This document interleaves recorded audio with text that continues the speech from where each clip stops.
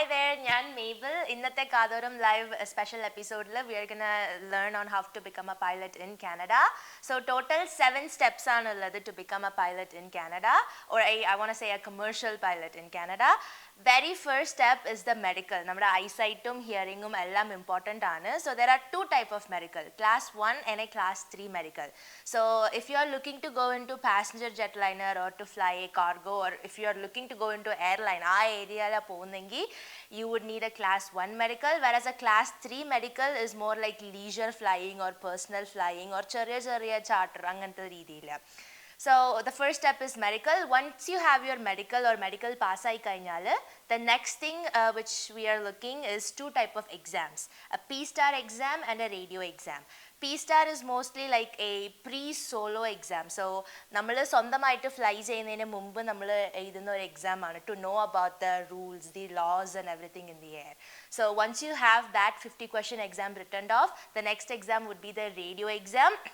Of course, we're going to talk to people on the radio back and forth. So there is going to be a radio exams for another 50 or 80 questions. So if you once you're done that P-STAR and radio exams, you will get your student pilot permit. So student pilot permit kittana, you need to be 14 years or older, and the main requirement is you need to have your medical, the P-STAR and the radio license. Student pilot permit in the parayunnathu, that is more like a learner's license you have with your driving. So you can go solo, you can go fly under an instructor ennulla reethiyila. So once you have all these requirements, the next thing which we are looking is the actual pilot licenses. The third step is your private pilot license. And private pilot license in the chala, you can fly all single aircraft, but you cannot work for it. It's like a leisure flying ennulla reethiyilana. You can take your family or friends, but it's mostly for leisure flying. And the requirement is you need to be 17 years of age to get this license. You need to have 45 hours of training, which includes 17 hours nammal instructor under fly cheyum and 12 hours nammal solo fly cheyum. And ee 12 hours solo la nammal around 150 nautical miles or cross country ഒറ്റയ്ക്ക് പോയിട്ട് വരും to a different airport. ഇത് flying requirements മാത്രമാണ് ഈ 45 hours. ഇത് കൂടാതെ there is a written exam called paper, and that is a 40 hours of ground school ഉള്ള ഒരു എക്സാം ആണ്. And there are 4 subjects: air law, navigation, meteorology and general knowledge. So ഈ 45 hours of training റിക്വയർമെൻറ്റും 40 hours of ground school completion plus your flight test and the written exam, ഇതൊക്കെ കിട്ടിയാൽ you will get your PPL, your private pilot license. Like I mentioned earlier, PPL, you cannot work for money. It's like a leisure license, so you can fly around, you can rent an aircraft, fly around, take your family, friends and everybody. Mostly it depends on the aircraft, you can take up to 3 to 5 passengers in it. The next step is the commercial pilot license. That is the license that can actually get you into the airline or the cargo or teaching or any other type of aviation stuffs. So in order to get your commercial pilot license, you need to be 18 years of age. 18 years aayirikkanam, and you need to have a class 1 medical. That's mandatory. You cannot enroll into a commercial license program with a class 3. Class 1 medical vanam, and you need to be 18 years of age. And since it's a commercial license, namakku flying requirements koodalana. You need to have 200 hours of flight time. And each 200 hours, 100 hours should be PIC, which means pilot in command, which means you renting an aircraft by yourself, you and the plane by yourself. Without instructor, 100 hours venam. So that's like a basic requirement, but in terms of training for a CPL, you need to have 30 hours of solo, 35 hours with an instructor, and 20 hours of instrument. So instrument flying, some schools, chala schools, they have simulators inside the school itself. Some schools, they take you for flying and then they put you under the hood and then they do the instrument. So either way, both are approved by Transport Canada, so you need to have 20 hours of those. And on that 30 hours of solo, you will go up to 300 miles cross country to 3 different airports. That's one of the biggest steps. And PPL nulladu pole thanne CPL lum there is a written exam which is called CAPER. Same pattern, 100 questions and same 4 topics cover aayitundavum. So once you get everything, once you pass the written exam, there will be a flight test, of course. You will get your commercial. പക്ഷേ commercial license കിട്ടിയത് കൊണ്ട് right away നമുക്ക് എയർലൈൻസിൽ പോകാൻ പറ്റത്തില്ല because the commercial license which you are getting is for single engine aircraft. So one engine aircrafts ആണ്. So if you want to fly a multi-engine aircraft, you need to get additional ratings. So ഇത് രണ്ടുമാണ് main licenses. The next thing which we are looking is ratings. That's like add on for these licenses. So the next thing which we're looking is multi-engine rating. So multi-engine rating is pretty easy, Anna. It's pretty self-explanatory as well. You fly an aircraft with 2 engines. So of course things are going to be different, but it's just 10 hours of training, 10 hours of dual training. There is no solo on multi because since it's a 2 engine, that is going to be a 2 crew environment. So it has to be a dual training, no solos, and there is no written exams for it. And part of multi-engine is you need to have 50 hours of solo cross-country which will be counted from your CPL. So 50 hours of cross-country from CPL, 10 hours of training with an instructor. Once the instructor says you are good, you can go for a flight test and you'll get your add-on multi-engine rating. So multi-engine rating kittumbo you can fly all single and multi-engine aircrafts. But most of the airlines or cargo or charters, they all prefer people who can fly under instrument conditions inside the clouds. So in order to do that, you need to have another rating called instrument rating, which prepares you to fly inside the cloud in instrument conditions pretty much. So like yeah.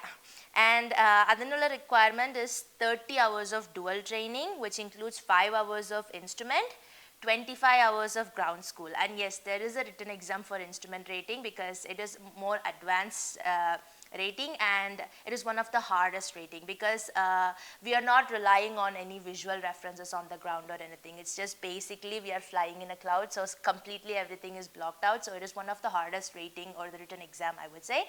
So 30 hours of dual, everything would be under instrument condition. So if you can't find an instrument there, that's okay. The instructor is going to put you under a hood or you're going to use the simulator if your flying school have any, and you will get that rating.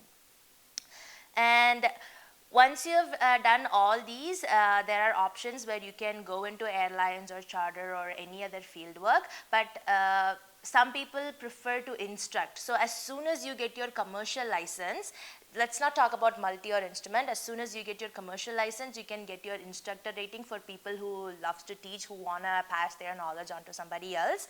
Instrument rating is pretty easy, Anna. You do have a written exam called AIRAF. That is a 100 questions exam, and it mainly focuses on like subjects like learning factors, on how the student progresses, develops and stuff like that. There is that exam, and you will need at least 15 hours or 30 hours of dual and 30 hours of ground school for it. And yes, there is a written exam like I said, but 30 hours of dual instruments only. There is no solo for instructor rating. And the main difference is for your PPL and your commercial, you were trained sitting on the left side of the aircraft. Being an instructor, you get trained sitting on the right side of the aircraft. So there is that 2 to 3 inches shift in seats. So of course your vision and the perspective and the angles and everything would change. So it is only dual instructions. So that is another way you can go. So those are the type of ratings and licenses you can get. Most people love to get their commercial license, go into instructing, make some hours, and then get their multi and instrument rating and get into airlines. Some people, they get their commercial, get their multi and instrument rating, and then they go into cargo or any other charter companies and then or airlines, depending upon personal interest. But either one of the ways, the very last license in aviation is the ATPL, the Airline Transport Pilot License. In order to get it, you need to be 21 years old and you need to complete 2 written exams, the SAMRA and SAREN exam. Both are 80 questions exam. You get 3.5 hours. Both exams are based on 2 different topics. And the flying requirement to get an ATPL, like I said, it's one of the last license you get on aviation, so of course the requirements are going to be high. You need to have 1500 hours of flight time. That 1500 includes 200 hours of solo, so your pilot and command hours, 100 hours of day cross country, 100 hours of night hours, which is 25 hours night cross country and 75 hours of instruments. I know that's a lot. It's 1500 total hours, 200 PIC, 100 day cross country, 100 night time, 25 night cross country, and 75 instruments.